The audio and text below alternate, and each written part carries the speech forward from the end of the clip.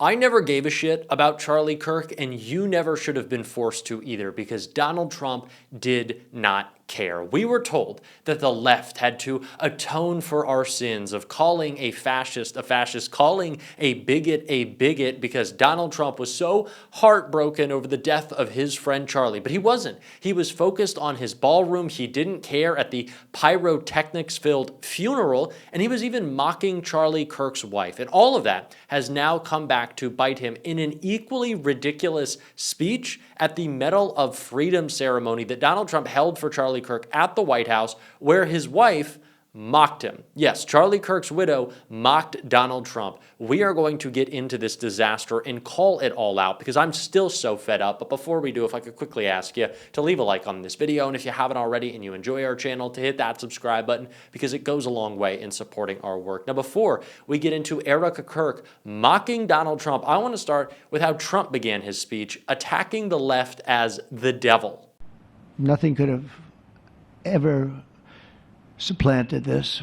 It's incredible the way people are talking about him, and with great love. I mean, I read so many stories about some of the enemies, but I watch the enemies, and it's hard for them to speak badly about him because they just don't. And then you do have people in the days since Charlie's killing. We've seen exactly why our country so dearly needed his example. We've watched legions of far-left radicals resort to desperate acts of violence and terror because they know that their ideas and arguments are persuading no one. They know that they're failing. They have the devil's ideology, and they're failing, and they know it. They feel it, and they become violent. They seem to become very violent on the left. All that we have heard for the past few weeks is that the left is out of control. Our rhetoric is so dangerous. It is dehumanizing our enemy. We are putting people in harm's way. And then Donald Trump, ahead of what will be the biggest protest we've seen in years, with No King's Day coming up on October 18th, he's saying that the left is devils and we need to be stopped, and we're Soros-funded animals who are paid protesters, and we're Antifa breaking cities apart. Like, you don't think that language fucking gets people ginned up to go carry out political violence? But that's what Donald Trump wants. That is what he wants. He wants the spectacle. This has nothing to do with Charlie Kirk. If Trump cared, he wouldn't be telling this disgusting anecdote. Federal law enforcement fired sniper rifles at ICE agents and me, you know, but I made a turn at a good time. I turned to the right. Charlie couldn't believe it, actually. He said, "How the hell did you make that turn?" I said, "I don't know." This is not even serious at this point. Like, you expect me to mourn this guy who made a profit off of mocking black women, saying that they weren't intelligent enough to get jobs, that they were undeserving of basic humanity? All the while, Donald Trump is so egotistical and unconcerned with a guy who is supposedly his friend that he's telling a story about how he dodged a bullet while he remembers a man who was shot. Let that sink in. Like, you don't even need to. The absurdity is so baked into everything Trump does, but it is depraved. It is depraved because these are the same people who tried to inflict this memorializing of Kirk upon us, that it was our responsibility to carry on his legacy. What the fuck was his legacy? He was a bigot. He was a bigot. And that is how Donald Trump actually wants us to remember him. Listen to what he said. Years ago, our nation was robbed of this extraordinary champion. He was a champion in every way. I got to know him so well. He didn't like losing. And he was able to fight people that were enemies. And he didn't necessarily love those enemies so much. You know, I heard he loved his enemies. And I said, wait a minute, is that the same Charlie that I know? I'm not sure, but I didn't want to get into it.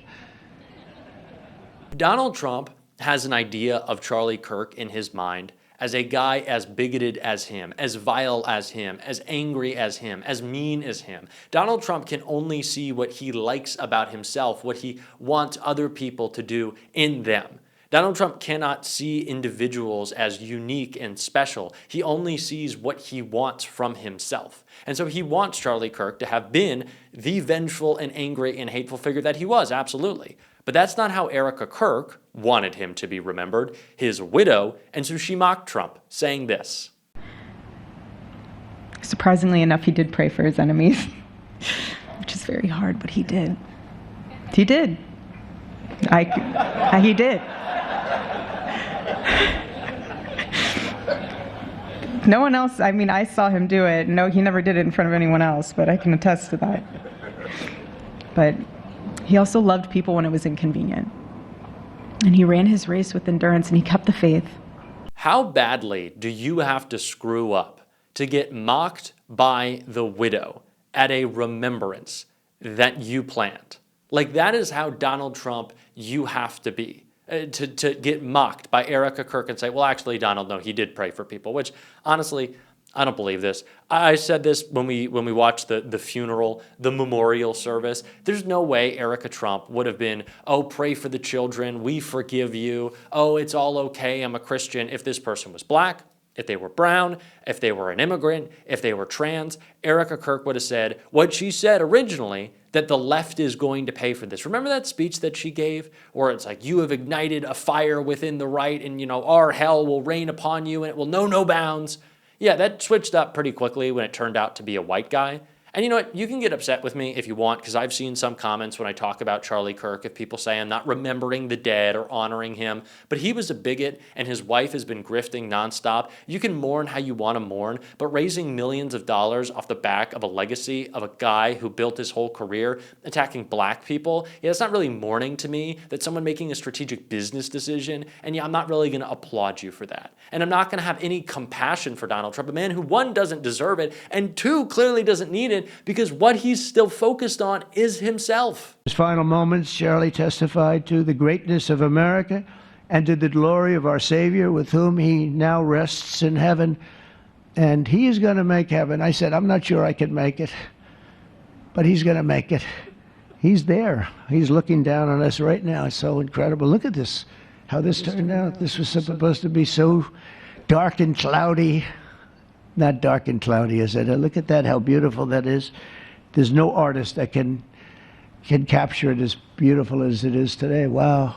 It's funny that Trump has done so much talk about heaven lately, only to start thinking about if Charlie Kirk is in heaven. And like in my mind, he's like, well, what would heaven be? It would be people saying, I'm great and lots of gold, right? But Charlie's there. What would Charlie's heaven be? It would probably still be me because we love me.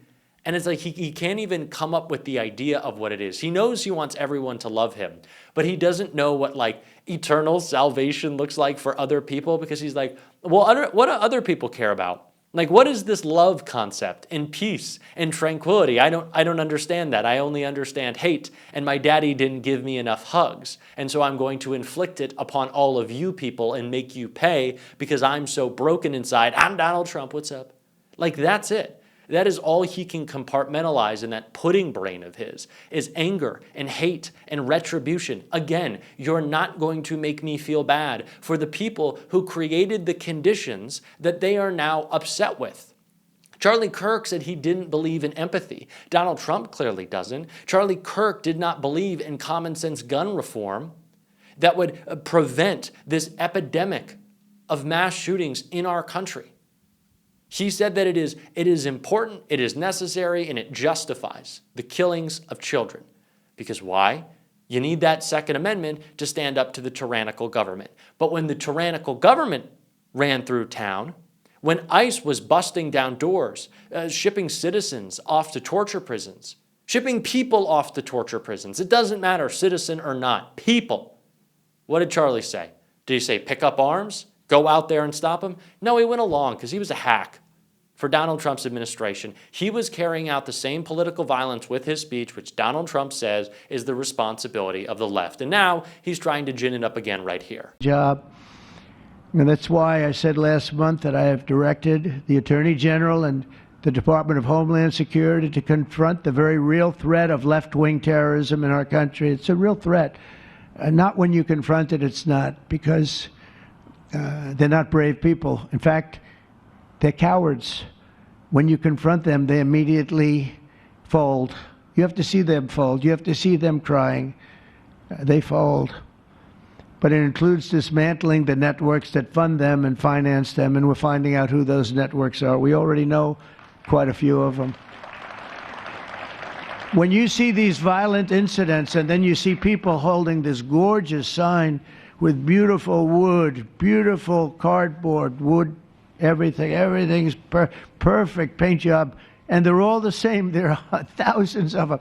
You know that they weren't made in the basement out of love. They were made by anarchists, and in some cases wealthy. I'll probably find some of my nice friends that are up there being so nice to me, especially lately. They're being very nice. But it surprises you who they may be, and you almost wonder why would they do it?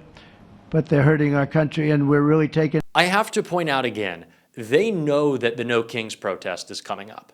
They are well aware of that. Why do you think that they're talking about the left in these terms again?